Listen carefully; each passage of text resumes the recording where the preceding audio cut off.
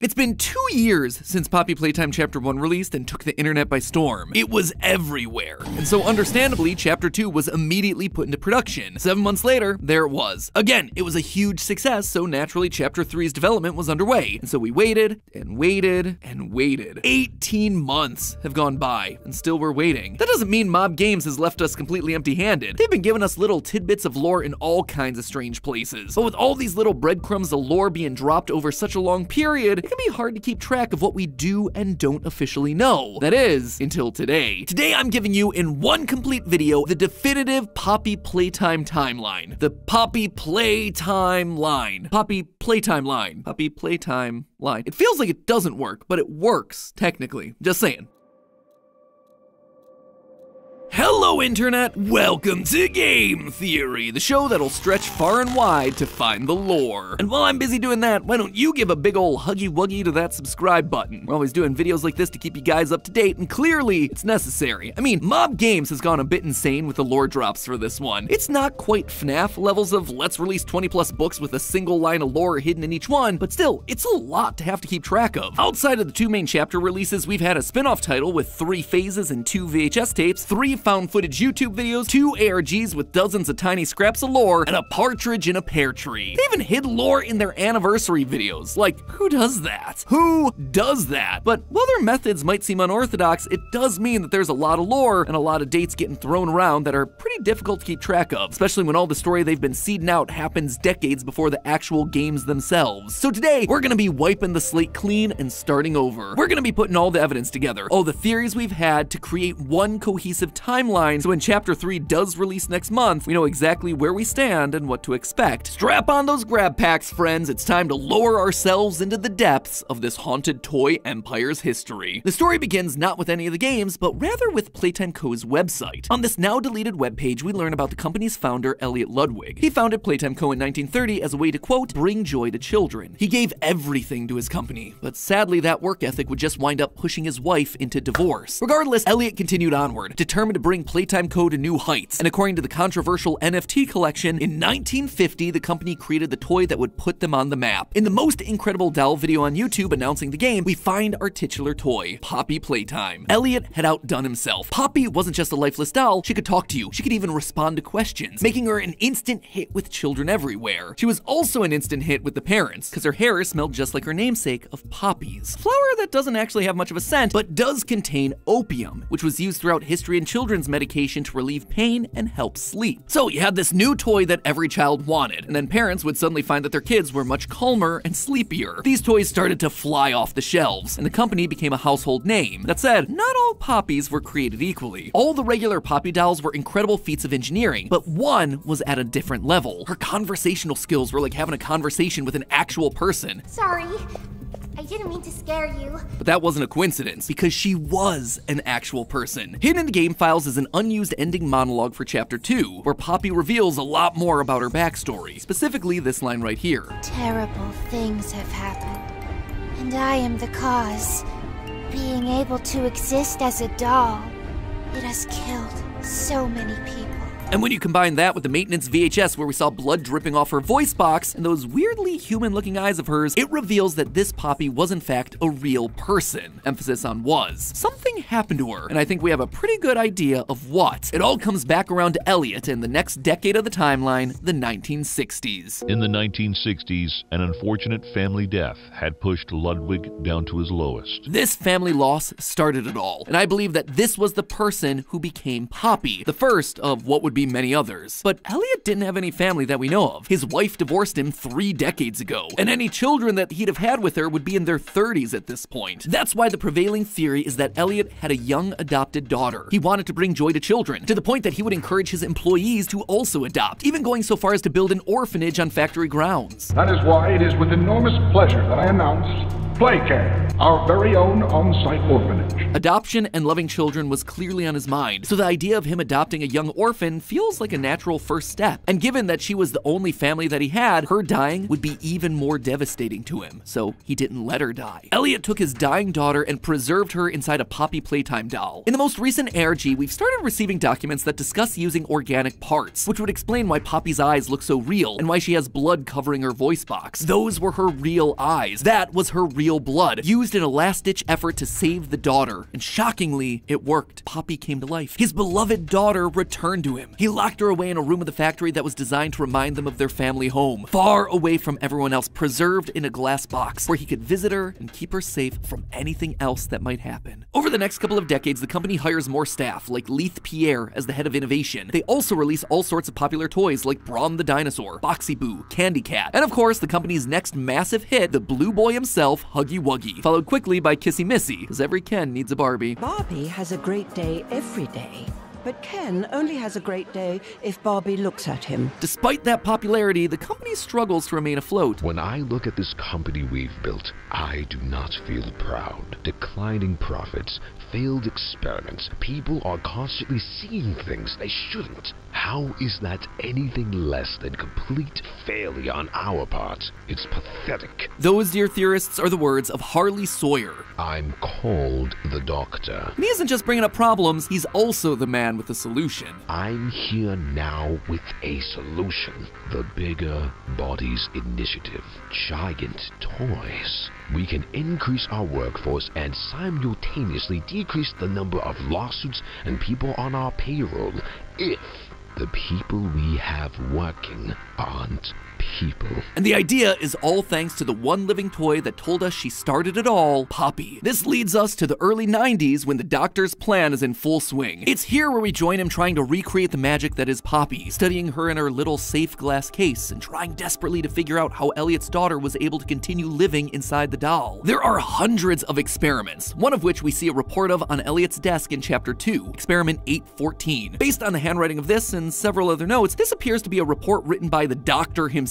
And by this point, it's pretty darn clear what element of Poppy he's focused on. Quote, the experiment utilized a live rat. Rat was fed 3 portions daily for 2 weeks. At the end of the 2 weeks, the rat was killed and submerged into a poppy flower preservative gel mixture. 1 week later, an electric shock was applied to the rat in an attempt to revive it. The rat remained unresponsive. The Doctor suspects that poppy flowers and living parts are the 2 key factors to creating more living toys, but his experiments still wind up in failure. That said, the Doctor seems to have an idea as to why. Quote again, I still believe in the potential of the poppy flower. Perhaps something larger than a rat would yield different results. And in Chapter 2, Mommy Longlegs reveals exactly what he meant by that. It was always so sad to see the kids go.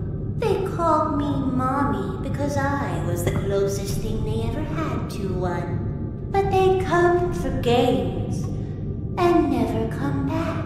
What's the difference between Experiment 814 and Poppy? Poppy wasn't a rat. She was a human, a child, an orphan. Orphans have no parents, which means if they go missing, there's no missing persons report, no investigations, because who would miss them? It was the perfect crime and the perfect answer to the Doctor's experiment. To facilitate this, the company creates Playcare, Playtime's own on-site orphanage, as well as the Game Station, a facility designed to test and improve the skills of the orphan children. In Chapter 2, we see reports that show us the improvement of one specific child's skills, and in those reports, we see that they've been assigned a toy that they'll soon become. It's at this point that the Bigger Bodies Initiative has a breakthrough. Using pieces of organic parts and machinery, they're able to create a prototype of what they wish to create. Experiment 1006. The prototype seems to possess an unprecedented level of intelligence, beyond that of all other test subjects, as well as an alarming willingness to commit violence. The tape goes on to describe Huggy Wuggy, Experiment 1170, as fully obedient, which led me to believe that there was something different about 1006. For him to be more intelligent means that he must have stronger cognitive function than the orphans. Children are easier to control. You can tell him what to do because you're an adult, an authority figure. But what if 1006 was a fellow adult? That might make it harder to control, especially if there's someone with supreme intellect and creative building skills. The prototype seemingly disassembled the digital alarm clock within his room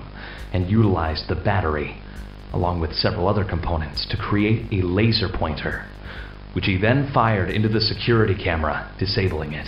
Who's an adult in this franchise that we know has the genius and creativity to make some of the most beloved toys in the world? None other than Elliot Ludwig himself. Now, initially, I theorized that he became 1006 because he was an adult who loved and cared for orphans, and so when he discovered that the Doctor was using him for his experiments, he went to shut the whole thing down, only for the Doctor to silence him. That's why 1006 is so aggressive towards the scientists in the tapes, and why he'd later lead the charge in an uprising against Playtime Co. that he would call the Hour of Joy, reminiscent of what he always wanted to achieve believe, bringing joy to children. Though still missing, today's events are no doubt in relation to him. But here's the problem. Since that theory, there's been a few pieces of evidence that tell us that Elliot was fully aware of the experiments happening on the orphans. There's an email that appeared in the most recent ARG written by Elliot that says, quote, "One of those dang huggy wuggies is loose. For it to get loose, it has to be alive," meaning a child had to have been converted into a version of Huggy. This email would also disprove Elliot as being 1006 because Huggy Wuggy is experiment 1170, and if these people have any respect for the scientific process, 1170 should come after 1006. That said, that email has actually been redacted by Mob Games. It's no longer available in the ARG. The main reason? I suspect it's the date. It's labeled June 23rd, 1981. You see, Huggy Wuggy the toy wasn't even created until 1984, 3 years after that date. In his description in Project Playtime, it specifically calls out that he's, quote, "a living giant version of the famous Playtime Co. toy." So Giant Huggy couldn't exist in 1981 if the toy he's based on didn't exist in 1981. Looks like the timeline's getting tricky to keep track of, even for the creators of the timeline. But while the evidence may not have panned out, I still think we can say that Elliot was fully aware of what was going on. We hear Elliot Ludwig opening the Playcare in the teaser for Chapter 3. "We owe everything to these children. This company and its toys are nothing without them. That is why it is with enormous pleasure that as the founder of Playtime Co., I announce Playcare, our very own on-site orphanage." Did you hear that? We owe everything to these children. That to me sounds like someone who knows exactly what's about to happen to these kids. It's classic hiding the truth in plain sight kind of language. That being said, I wouldn't be so fast to say that my theory of Elliot being the prototype is totally debunked yet either. While this shows that he was fully aware of the experiments and therefore wouldn't have been angry with the doctor and what he was doing, it also doesn't stop him from being turned into the prototype. Consider this. We don't know how old Elliot is at any given point in the story. The best we have to go off of is that he was married at some point in the 1920s and divorced in 1930. The average age of a man getting married in the 1920s was around 25. So let's say that he'd been married a few years before divorcing and was now around 28 in 1930. That would mean that by 1990, Elliot would be around 88. So pretty old, but still kicking. So what if, rather than being got rid of and forced into the experiment, he was a willing participant in that experiment? We see in the VHS video Restricted Restoration that Playtime is okay with using adults, and specifically adults who are close to death. In Project Playtime's Phase 2 update, we hear the doctor say this: "Mortality is the curse of the weak," which lines up pretty well with the Chapter 2 death screen, "May we forget death." Being in his late 80s, Elliot may have seen the writing on the wall, and while the Playcare was still being set up, he decided to offer himself to the experiment to prove the concept, to help him live forever and to continue seeing Playtime Co. thrive. But something happens that neither him nor the doctor expected. You see, there's an adult that's turned into brawn, known as Experiment 1199, and a key factor is that he isn't able to remember who he is or what happened to him, whereas the other converted toys, the ones made from children, they seem to be able to remember at least something of who they were. They recognize that this character isn't a tortured child like them, and so they attack him. But if that's exactly what happened to 1006, an adult brain might just be unable to truly keep all its memories. Elliot doesn't remember exactly who he is. He's essentially back to his base mindset and instincts, and using his intellect, he's able to put together the pieces, seeing the pain of all the children as they were converted, leading him to lash out and become the evil mastermind that we know today. Despite all the violence and murder, the prototype is essentially a success. The concept of bringing inanimate objects to life using the life of another worked, and so they pressed on with the Bigger Bodies initiative, with their first major success coming in the form of an old toy from 1966, Boxy Boo. They said it was impossible,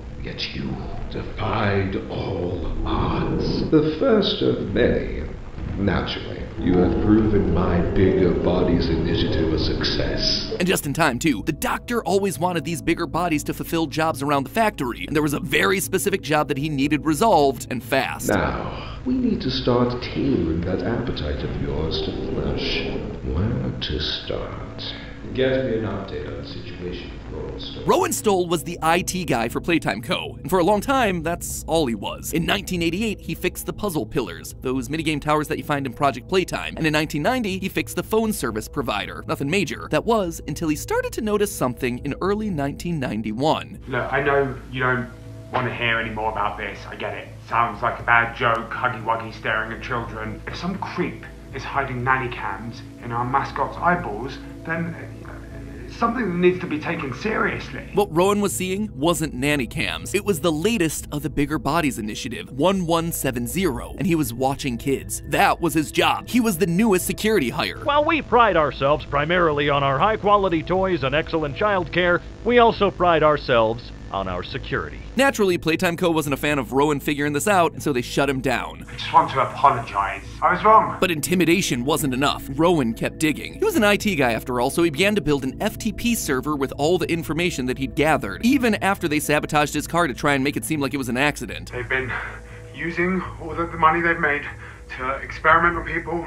I have proof of it all. While security is out, I'm gonna release everything and run. But Playtime Co. couldn't allow that. The doctor couldn't allow that. And this is where Boxy Boo came in. When Rowan went to investigate, Boxy was waiting. And when the moment was right, sprung out and swallowed him whole. However, this wouldn't be the fate for all employees who defied Playtime Co. In the most recent ARG, we've received an email from the head of security about a dead staff member with puncture wounds in his abdomen, and likely hidden for weeks before being found. This seems to be referencing Rowan, who, even after death, continued to be a nuisance. Now they needed some sort of cover-up story for the police. So going forward, the doctor would correct his mistake.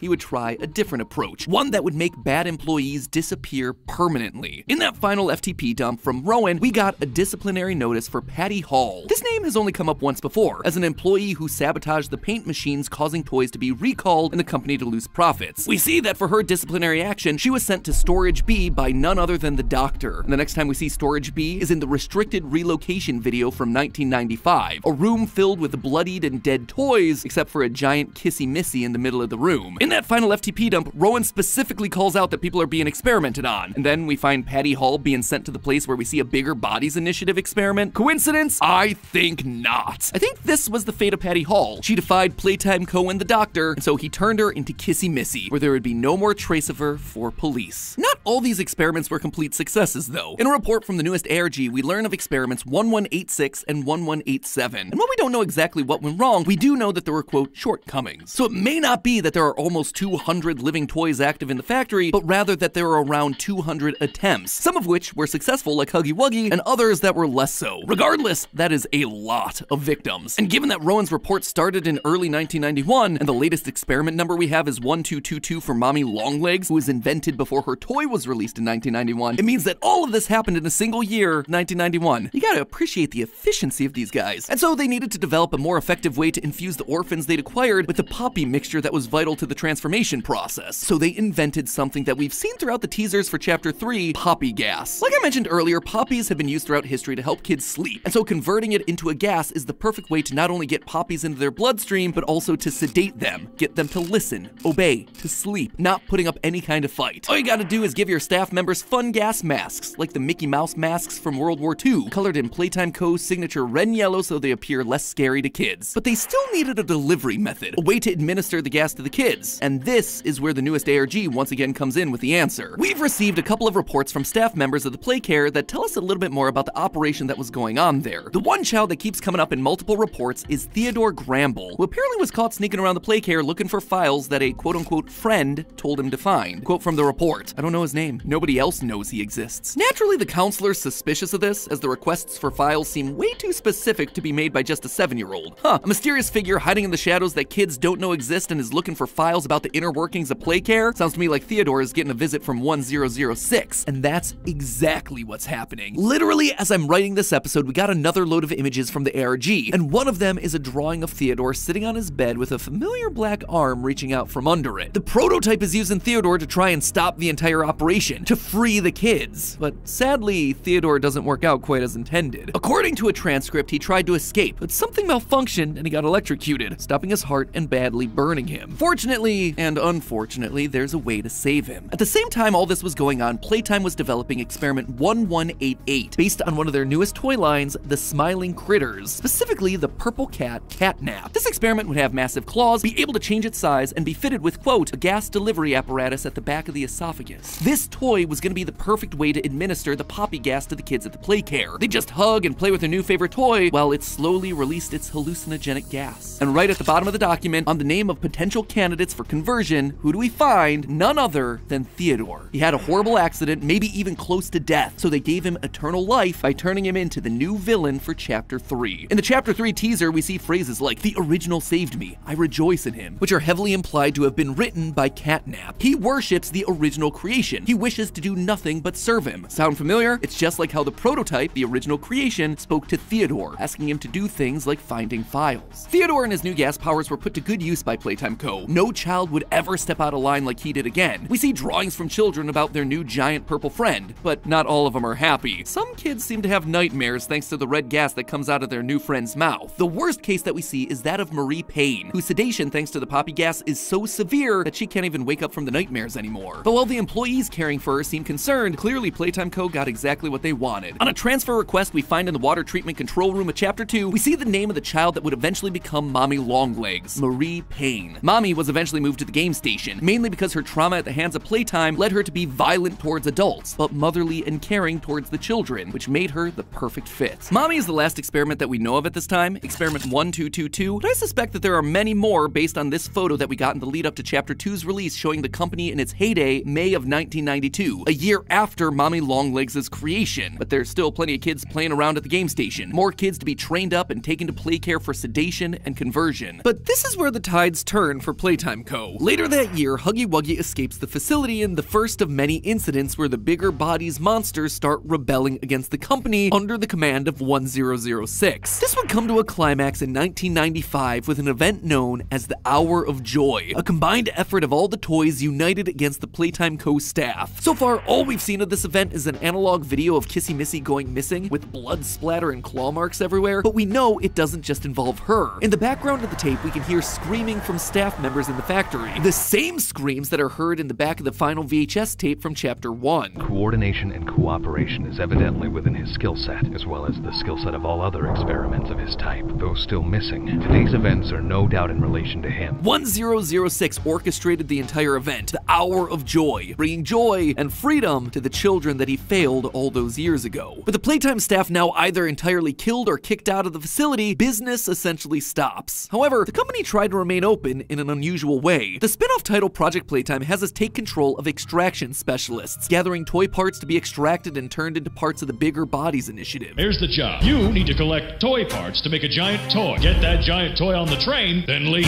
At this point in history, the Bigger Bodies toys are running the factory and hunting us down, trying to feed the many toys that remain, while also stopping us from making more monstrosities like themselves. They are trying to build more toys, more like you. It has to be stopped. It's not entirely clear how this part of the timeline ends. The game's still releasing phases with new VHS tapes and secret messages from 1006, all with the theme of, hey, we're the ones to blame for this. We wonder who we are, but why? You should know. It was your doing that made us, oh, we said that! Which leads us all to today and the main game. You know, the game that we actually play. 10 years after the factory closed, we show up. A former employee determined to make things right. But you worked here. Regular employees like Rowan weren't aware of what was going on, so for Mommy to know us, we had to have been working at the game station, running experiments on these kids. We were some form of an executive here. Supporting this theory is the fact that there are 5 executive slides down to the game station in Chapter 2. We know all 4 of these characters, and the last one, well, the last one's missing a name. I believe that was our slide. If you take the letters on the floor and rearrange them, you don't really get any sort of clear-cut name. In a previous episode, I landed on Jamie B. Honey, only to realize after the fact that I'd accidentally swapped an A for an E. Plus, if you look closely, there are spaces for 5 letters on top and 6 letters on the bottom. The best I can come up with based on those new criteria is Ebony Jemiah. It's not great, so clearly it's still up for grabs. Regardless, I still maintain that we were the head of production for Playtime, the only department on this Chapter 2 floor that's left unaccounted for, with Eddie being the head of research, Stella being the head of play, and Leith Pierre being the head of innovation. We were directly involved in the production of these toys, and so we've come back to undo the sins of the past, or probably more likely to bury them once and for all. We show up, we knock out Huggy, we free Poppy from her case, we split Mommy in 2 and get her dragged away by 1006, escaping the game station only for something to derail us outside of Playcare. And there you have it, folks, the complete timeline of Poppy Playtime so far, almost entirely based on fact, with a couple of theories thrown in there that are very well supported at this point. How will Chapter 3 affect all this? Will we see Theodore the cat? Will the smiling critters be able to be saved, or is it too late for them? We're only a few weeks away, so time will tell. In the meantime, remember, it's not a good idea to use science to create living toys out of orphans, but it is a good idea to use science to get you to drink more water, and there's no one who does that better than our sponsor for today's episode, Air Up. These guys are using science for the good of mankind, turning boring old water into a delicious beverage that anyone can enjoy, without actually adding any sort of artificial flavorings, colorings, or preservatives. Instead, they're hijacking your brain, not using a hallucinogenic gas, but rather by using your own sense of smell. Their scientifically crafted flavor pods make you think that you're drinking a flavorful beverage, when in reality, it's just tap water, which is perfect because getting myself to drink enough water is pretty tough. But you know what's even harder? Getting my parents to drink enough water. Seriously, my mom will not drink water to save her life. Let me tell you, she will drink soda like there's no tomorrow. Suddenly realizing where I might have gotten it from. Anyway, the point is, Air Up would make the perfect gift for my family, and I'm in luck. Air Up has just launched some amazing holiday deals, each of which come with a bottle and a variety of flavor pods. I think I'd probably recommend going with the Family Feast bundle. You don't just get one bottle, you actually get two, one for each parent, along with an extra packet of cherry cola flavor pods. So I may just have to hold on to those for myself. I'll never know, unless of course they watch this video. Mom, don't watch this. You'll ruin the surprise.